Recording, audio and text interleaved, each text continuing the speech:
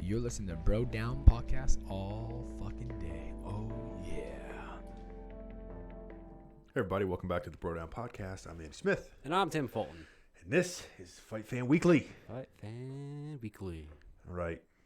This week, or this episode. On a very special episode of Fight Fan Weekly. Yeah. Drugs. Jessica Penne versus USADA. All right. What I want you to do is, you just read everything that she had posted. Yes. Explain to me and the listeners Okay. what the situation is. So Jessica Penne, several years ago, got tagged for an illegal substance by USADA. At the time, USADA had just kind of emerged, from what I'm understanding, and everyone was kind of just getting used to it. And she was prescribed it by her doctor. It was an over-the-counter medication. She didn't really think anything of it. She was penalized for a year and a half, and she basically said, you know what, I kind of want to fight this, but I'm not going to. I'm going to sit down, shut up. I'm going to take my year and a half penalty, and that's going to be that. She was getting ready to return to the UFC after the fact, after years of not being able to perform. And then her first bout got canceled because I believe she said she was injured, her foot. I think it was her or her opponent, but one of them. Yeah, someone got injured. And then she was given a second chance like 3 months later, and she got tagged again for another illegal substance. She was insistent that she was innocent, to the point where she fought this tooth and nail, despite not exactly having the finances to do so. She went through to third-party testing labs that both the UFC and USADA agreed upon, and they did eventually find trace substance of whatever she got tagged for. I don't know what it was. Yeah, banned substance. Banned substance. So they found it in something that she had been taking legally over the counter, and everyone agreed that, well, except for USADA, but everyone else agreed that it was minute trace amounts. Yeah, it was in her system, but it wasn't to the levels that it would be performance enhancing. It seemed to explain itself. So when she went to USADA and said, hey, this is what happened, she thought she was going to clear her name. They were like, all right, well, we're going to test it now ourselves. They did and said, well, your test doesn't matter. Our test is better, and we decide you're still flagged. She went through interrogations and all this other stuff, kind of deemed a villain, or at least that's what she says. And then the penalty for this was 4 years, 3 or 4 years, I think it was 4. And ultimately, it looks like it's being upheld. She kind of made an Instagram post as a one last, like, straw, kind of desperate hope to raise money for legal fees so she can continue to fight this in one last ditch effort. I think that's basically my takeaway. Yeah. So a couple things just to that give some background on just the whole how everything works. So when USADA came in, there was a lot of confusion with everyone. A lot of guys were getting popped for certain things. Yes. So basically, it's technically, I guess, not a performance enhancing list. It's a banned substance list. Okay. So if there's something on that list that is banned, you are not allowed to take it. So what they do is USADA now, and you can imagine how confusing this is, of this USADA wasn't around and then all of a sudden, boom, they're here. And it's not like gradual, like we weren't here, now we are here. Yes. So guys were taking stuff over the counter, like pre-workouts and whatever, but there was a lot of stuff in those that might be on the banned list. And, you go on there, you see, hectominyl tetrahydrate, and you're like, oh, I don't know what that is. So I don't take it. So, yeah, but if you look at the ingredients of a lot of pre-workouts and stuff that regular people go to the gym and take, you're not going to know what a lot of that stuff is. A lot of them have multiple names. Yeah. So what was happening was guys were getting flagged for stuff like that, which it's kind of, I think it's a little bit of an injustice when you put somebody in saying, oh, they're flagged for PEDs. when that could mean coffee, caffeine. It could mean, something as simple as a pre-workout. But how they work it now is they have a list of substances that you are allowed in, like, I guess, companies that they've tested where they're like, oh, these companies are good, so you can take these. But that doesn't mean that if you get popped and you're taking this, that you're not in trouble. So it's kind of like, unless you take nothing, no supplements ever, you're kind of taking a risk. Yeah. Because they have found in many cases that it's not what's in the actual substance, it's that it came from the factory. Because they can measure to such a small amount. Yeah. Because she named a measurement called a picogram. Yeah. Which is like super minute levels, and that is kind of a big part, because that's what John Jones tested for, and USADA ended up saying that because it was only picogram levels of something that he had previously tested positive for, it's residual.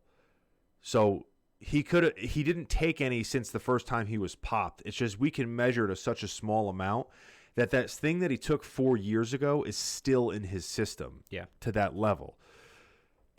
And after seeing her go through this, I'm just wondering what your take on this whole thing is.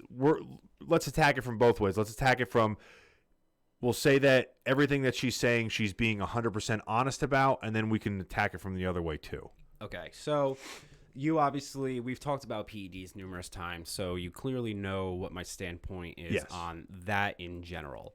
And I've openly said this before, when I talk about PEDs in that light, I do so with rose-colored glasses on. These are the circumstances where I have to take those rose-colored glasses off. Yeah. There's no way to avoid that. Having those, this is like the extreme where you follow the letter of the law and you don't put any rationality into it, which is things I don't like to see either. You can't just, this is a kind of a scenario that I have trouble verbalizing, but you can't just measure something and then immediately know the results. Any form of measurement, any form of numbers in general, requires some sort of analysis, a logical analysis of what exactly is going on here. Assuming all parties, or assuming that this is being truthful, I think that USADA is having a real issue with, they want to prove their worth. So they're attacking this as hard as they can, specifically on lower named people. I think if she was a top 10 male fighter, not to throw sexism in there, but you I get your point. That she wouldn't be having this kind of trouble. But USADA can't always do that. They have to show that they have some sort of inherent worth, right? So the more people that they pop in a certain sense, the more that they can say that they're protecting the integrity of the sport, which is something that I would like to see, but not to this pedigree. You don't want to see someone who is being faithful to the sport, not taking PEDs, whatever that may be, because we know we're seeing this being a little bit all-encompassing now. It's the worst case scenario. That's how I see it. This is the worst case scenario. This is the bad end of it. So Jeff Nowitzki, the guy that they named in there, she said that he believed her with that she didn't take it. Who is, I don't know. Jeff Nowitzki is the guy that runs USADA. Okay. So the guy that runs the organization, basically the representative, or not runs USADA, but he's the guy that is the gatekeeper between UFC and USADA. And it sucks when it's at a point where, I'm having the same issue as you are. It's hard. Sometimes these things are hard to verbalize. Yeah. You can know the difference between right and wrong, but putting it into words is so difficult. I think what I'm trying to say is there's a big difference between somebody that goes out premeditatedly to cheat and somebody whose intent was not to cheat. So one of the things that they make you do now, or that you should do, according to the USADA, is any supplements you take, you have to tell them. Okay. Whether it's, obviously, if it's illegal, you're not going to tell them. But if you're taking, Creatine. protein, water, you put all that on a list and you give it to them. And you say, this is what I'm taking. So that way, if it's flagged, you can't just say, well, I was taking this other thing too. Just because what happens is, like, there's a couple famous cases of certain people of, like, government jobs getting popped with, like, say, cocaine, right? And their lawyer talks to the guys and says, okay, what household products will make somebody test positive for cocaine?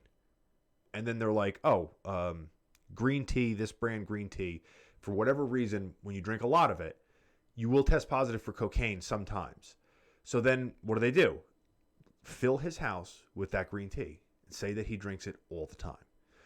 How do you prove that he didn't do it? How do you prove that he didn't always drink the green tea? You can't. You can't. So what they make you do now, or they tell you to do now, is when you put that stuff on the list, you say that you're taking it. That way, if you say, no, I was taking it. So if you test that product and it has it in it, that's my excuse. Yeah. So it's clear that I'm taking that. I'm not making this up.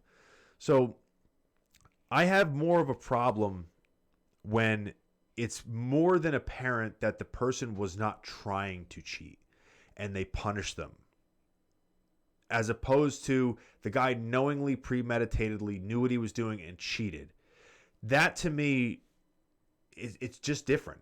To me, it's different. Like, if you get caught cheating and you say, like, yep, I took EPO because I wanted an advantage. I know it's illegal and that's it. Or somebody has a story that makes sense where they're like, no, I didn't do it. Like, one of the things on my list apparently tests positive for EPO, and I'm telling you I didn't take EPO. Oh, and it's also trace amounts, which, according to the doctors, says there's no athletic benefit to taking that. Yeah. But it's like, well, you're getting the same suspension as the guy who purposely did it. And like you said, if she was more famous, like John Jones type of deal, even though I do give USADA credit, they have banned huge names before. But at the same time, USADA is a weird situation. USADA is hired by the UFC. They don't have to have them there, right? Yeah. The UFC loses money whenever they test. It's $40,000, I believe, for most of these tests, like the whole slew of tests. And every time USADA tests positive, somebody tests positive, the UFC has a problem now. They have a fighter that can't fight, and they have to cancel a bout. So, from a normal standpoint, from a business, what you said before was USADA has to prove why they're there. That makes sense when you think about it from a business standpoint. Yeah. But for this model, it almost makes less sense.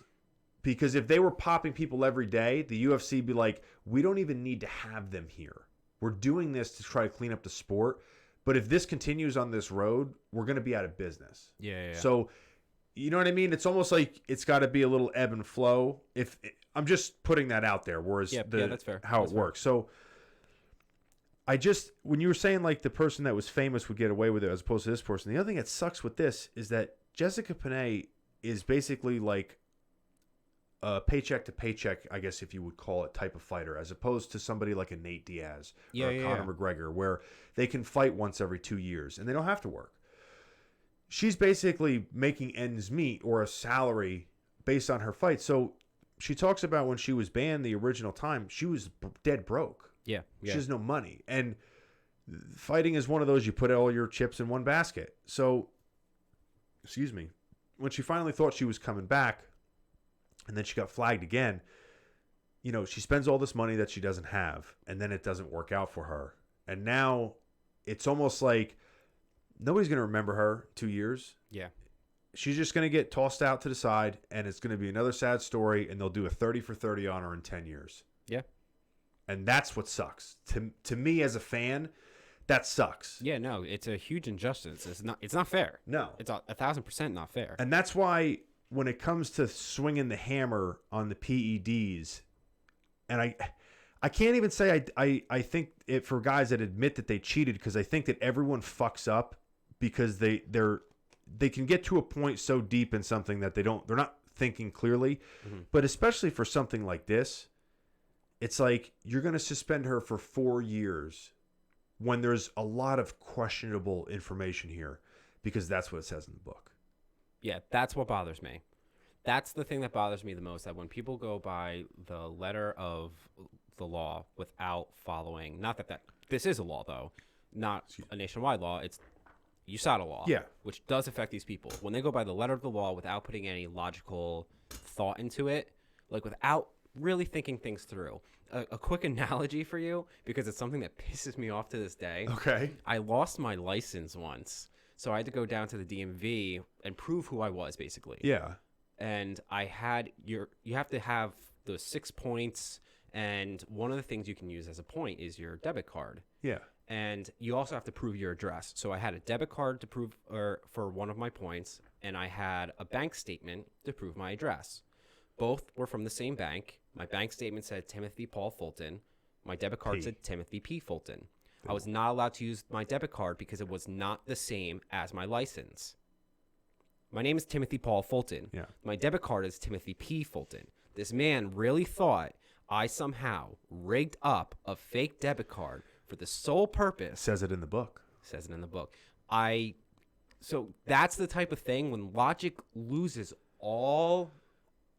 It's just gone. When logic is purely gone, you're breaking something that shouldn't be broken. It doesn't make sense. I mean, there's two sides to every story, and I know we said we were going to get to that part later. Yeah. But assuming everything here is correct, there is just so much evidence in her favor, and it was trace amounts. Like, I'm not a scientist, but I'm very curious about like what the science is behind this. Like, why is it to this pedigree that you're doing this? Is it because like trace amounts still means that she had the opportunity to not have trace amounts in her body and it's just going through withdrawal now? Like, is there like some sort of like logical reasoning why trace amounts aren't allowed? Yeah. But all said and done, it just seems like a massive upsetting tale. Yeah. That's just not right. What upsets me the most is the fact that you're literally taking away somebody's livelihood and their life's work. Yeah. And that's the part that's the most upsetting to me, is that this isn't like, oh, you got caught smoking weed and you're a manager and you can get a job as not that it's going to be easy, but you can get a job as a manager somewhere else, right? There's not many other places that you can go get a job in this business, especially when you've put all your eggs in the UFC basket. Like, the thing is, imagine you get fired from a job and then they say, oh yeah, not only can you not do this, but since you're under contract, you can't go work anywhere else. See, and that's a second level of fucked up that I don't like. I despise that is a capability. Well, it's hey, I got suspended. It's like, yeah, you're suspended while under contract. Yeah, you're not fired, you're suspended. Yeah, so it's like, but realistically, I mean, at this point, sorry to interrupt you, but a year and a half, she had a 3-month span and then another 4, so that's 6 years. That's a 6 years worth of suspension, essentially, of no fighting. That she's still under contract. That's not right. Yeah. That is something inherently wrong with that. And the thing that I was saying with the suspensions that they give out in the UFC under the USADA laws and everything, when you compare it to other sports suspensions for equal crimes or similar offenses, it's not even close. Like, I was talking to Justin, I think, about this. I'm like, what does a guy get for testing positive for steroids in the NFL? And he said, like, there's been like everything from like 2-game suspensions to up to, I think, 4 or 5-game suspensions. Sounds about right. And I'm like, okay, so that's a third or a quarter of a season, up to a third of a season, maybe. Yeah. So when you really look at that, okay, what's a season? 16 games, I think. 16 games. So a quarter or a third of your yearly salary. So if you fight, most people fight twice, maybe 3 times a year, 4 if you're really working. Yeah. So a quarter of a year's salary, if we're going to do a quarter, is half of a fight. Yeah. So that would be equivalent, if you fight 2 times a year, that would be equivalent to a 6-month suspension. Because you fight twice a year. Yep. So a half fight would be 6 months suspension. But instead of doing that, you're saying, well, I'm going to suspend you for 2 years, which is like 2 seasons in the NFL. Yeah. If you look at the average, the average athlete's career, how many years is it? The average pro athlete's career. The average, I mean, not like Tom Brady. Yeah. If we're going to average it, I mean, guys start hitting their 30s, we're already saying that they're old. So if we're saying 10 years, if we're I don't even think it's that. I'm being generous. Yeah. I mean, it depends on the sport. I would say a lot of the high impact sports are lower. I would say the average. I'm not talking about the best of the best, because she's not like fighting for a title right now. Yeah. But if you looked at it, talking about all the guys you never heard of that played a season and left, played 2 seasons and left. Yeah, that's true. So if you look at, I know that I talked about this once with Shane, and I was shocked because he's like, I just never thought about it when he's like, yeah, if you're like a running back, if you're like 27, you're done. Yeah. Like you're basically done. And I'm like, so what does that give you? 5 years if you're good? Yeah. If you're really good. And it's like, okay, so you suspend somebody for 2 years, and then you suspend somebody for 4 years on top of, so 6 years. So you might even be suspending somebody more than the average athletic career. Yeah. Which I you still know my thoughts on this. Yeah. Even despite this, I still stand by what I originally said. So what do you think should happen with her? What I think she should be reinstated immediately. So these things aren't mutually exclusive. Just because I have the mindset of what I have when it comes to PEDs in general does not mean I do not think that USADA is the ultimate all-knowing whatever. They clearly are having a fuck up. Clearly. Yeah. I think if we're going to go really down into that rabbit hole, I think she would have a case not just to get back into the UFC, but have a case for a lawsuit for retro pay. Yeah. If they clearly fucked up so bad that they're causing her years worth of work, that she would have grounds to say, you caused me years worth of work. Yeah. I demand to be paid for that. Whether or not that would stand up in court, God only knows. You can sue for anything. But I would think I would want her back in the ring immediately. Yeah, I agree. Cage, whatever. And this is one of those weird scenarios too, where it's a double whammy. It's the second offense is like picogram levels. There is an explanation for why it's in her system, and even the first offense, where it's like USADA first came in, the rules were very not cut in stone. I talked about that too a little bit. Despite the fact that I am all for banning if you get caught, you can't just turn around and change the rules on people. You can't do that. You have to give some sort of grace period. You have to tell them what the standard is. You have to tell them that you mean it, but you have to give people a chance. You can't just turn around and be like, all right, no, you're fired, because we just decided. All right. Last thing, and then we'll move on. This is how ridiculous USADA's standards can get. Okay. And this is when I think that you'll agree, but you might not, where logic has flown way the fuck out the window. Okay. You have to let USADA know where you are at all times ahead of time. You have to put down on a piece of paper basically saying, I'm going to be at my gym from 6 to 4. I'm going to be at home from 7 to 9. I'm going to be at this gym from 10 to 7. If you are not there when they look for you, you get a red flag. This happened to Donald Cerrone, I believe, when he was at a UFC event. He was in the building at the UFC event, and they flagged him because he didn't say that he was going to be there. So I agree with you that's all logic. Overkill. Way overkill. I'm curious, how long is that for? Is that like pre-fight, like 3 months before a fight, 6 months before a fight, or while you're under contract? You just have to tell them where you are. Like while you are under contract with the UFC, USADA needs to know where you are. Yes. Like you need to tell them where you are. If you're under contract with the UFC, if they look for you, they better know where you are. Yeah. That's basically what they're saying, which think about that for a minute. On top of having to worry about your job, you now have to make sure you tell someone where you're going everywhere. Oh no, it's a massive invasion of privacy. Invasion of privacy. But not only that, even if it's not, the scheduling logistics of you having, like, does anyone in your life know where you are at all times? No. What if you want to go for a drive? If somebody was like, hey, where you going? Hey, where you going? You'd be like, fuck off, dude. All right? No, seriously. What if you just want to go for a drive? You can't. Exactly. The fact that Donald Cerrone got flagged because he was at a UFC event in the building, and they were basically like, well, we don't know what you're doing. He's like, I'm on TV. You could see my face. Yeah. But they were like, says it in the book. Yeah, see, that's all logic and reasoning, like, fly out the window. Yeah. The way they look at it, though, is, well, if you put in he said, she said can be in part, then we could just do whatever we want with the rules. And it's like, dude, yeah, I get it, but there's some cut and dry things. Like that whole concept kind of boggles my mind, because why the fuck do you care where I am to begin with? Yeah. Go ahead. Just because I'm not where I'm saying I am doesn't mean I'm taking drugs. Yeah. Or drinking coffee, whatever the problem is this week. You know what I mean? Like, I'm just really glad that this is getting a lot of attention. Yeah. Because this has probably gone on with fighters where all we see is a headline that says so-and-so has been flagged. Yeah. And they're just not vocal about it. Yeah. So I'm rooting for her. Yeah, I'm with you on that. I'm rooting for her too. Yeah.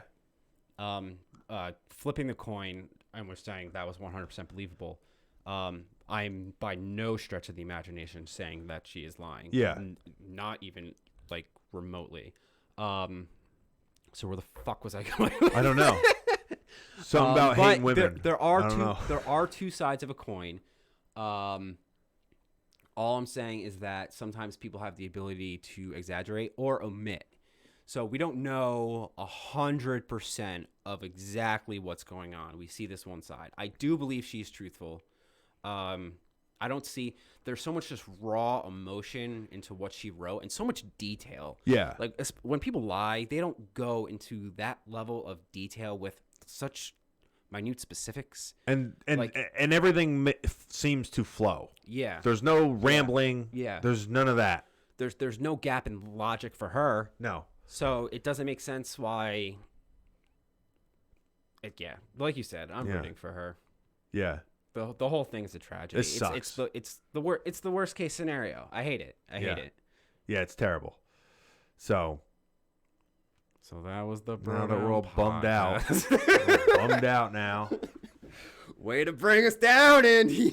Sorry, everybody. All right. You know where you can't get PEDs? At brodownpro.com. Yet. We're gonna have steroids. Bro down steroids. Flute. Huh? Nothing.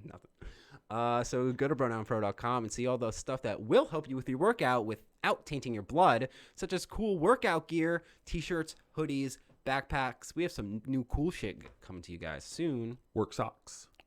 Zip ups. 3/4 shirts. They're really cool. I had one on personally. Yeah, we weren't gonna put them on there, but then we ordered samples of them. We're like, all right, it's pretty dope. Yeah, it was pretty dope. Maybe pretty dope. I'm a fan. Yeah. So yeah, check it out. Like, subscribe, hit the bell, do whatever you got to do, and we will see you guys next time. You're listening to Bro Down Podcast all fucking day.